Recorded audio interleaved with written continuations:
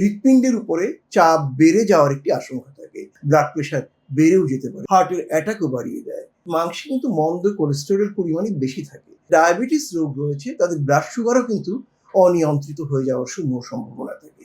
আমাদের দেশে কোরবানির ঈদে আমরা নানা জাতীয় পশু কোরবানি দিয়ে থাকি।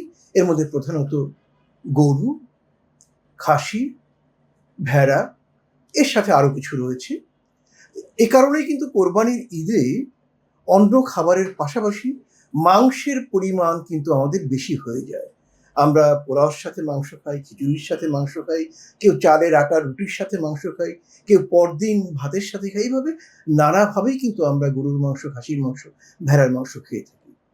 এটি নিঃসন্দেহে আনন্দের ব্যাপার, কিন্তু একটা জিনিস মনে রাখতে হবে, আমাদের শরীরের জন্য যা কিছু উপকারী, যদি সেটি পরিমাণে বেশি হয়ে যায়, তার ভূমিকা কিন্তু বিষের মতো, অর্থাৎ খারাপ হয়ে যায়। আমরা উৎসবে এই মাংস খাওয়ার মধ্য দিয়ে যদি অতিরিক্ত মাংস খেয়ে ফেলি, তাহলে কিন্তু আমাদের শরীরেও কিছু নেতিবাচক বিষয় আমরা লক্ষ্য করি এবং আমরা কিছু অসুস্থতার কবলে পড়ি। যেমন প্রথমত, মাংস বেশি খাওয়ার পরে মাংস হজম করতে শরীরকে যে পরিমাণ শক্তি বিনিয়োগ করতে হয়, তাতে আমরা প্রথমত ক্লান্ত বোধ করি, পেটটা ফুলে যায়, অস্বস্তি বোধ করি, গলা দিয়ে ঢেকুর এবং গলা বুকের একটি জ্বালা জ্বালা বোধ করে, যেটাকে লোকে বলে গ্যাস হওয়া, এটি হয়।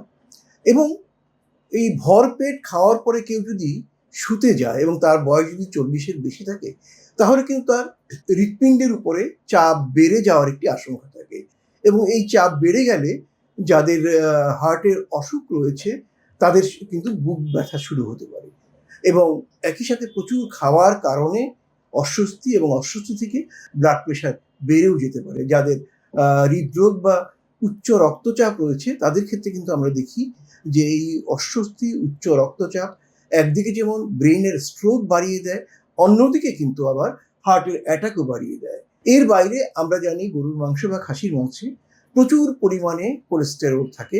কোলেস্টেরলের দুটো দিক আছে, একটি ভালো কোলেস্টেরল, একটি মন্দ কোলেস্টেরল। তো এই মাংসে কিন্তু মন্দ কোলেস্টেরলের পরিমাণই বেশি থাকে।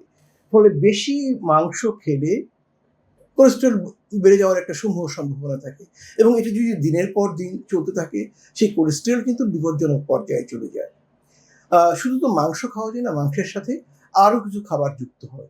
ফলে যাদের ডায়াবেটিস রোগ রয়েছে, তাদের ব্লাড সুগারও কিন্তু অনিয়ন্ত্রিত হয়ে যাওয়ার সমূহ সম্ভাবনা থাকে। এছাড়াও আমরা জানি যাদের ব্লাড প্রেশার রয়েছে, বেশি খাওয়ার কারণে ব্লাড প্রেশারেও কিছুটা পরিবর্তন আসে। যাদের হাঁটার অভ্যাস রয়েছে, প্রচুর মাংস ইত্যাদি খাওয়ার পরে যদি সে হাঁটতে শুরু করে, তার যদি উচ্চ রক্তচাপ বা হার্টের কোনো সমস্যা থাকে, তাহলে কিন্তু তার হার্ট অ্যাটাকের সম্ভাবনা বহুগুণে বেড়ে যায়। সব মিলিয়ে বলবো, যদি আমরা পরিমিত পরিমাণ মতো মাংস খাই, তাহলে কিন্তু আমাদের জন্য উপকারী হবে। কিন্তু যদি আমরা মাংস দেখে খাওয়ার জন্য হামলে করি এবং নির্বিচারে বিশাল একটা পরিমাণ খেয়ে ফেলি, অনেক পরিমাণ খেয়ে ফেলি, তাহলে কিন্তু এটি শরীরের জন্য ক্ষতিকর হয়।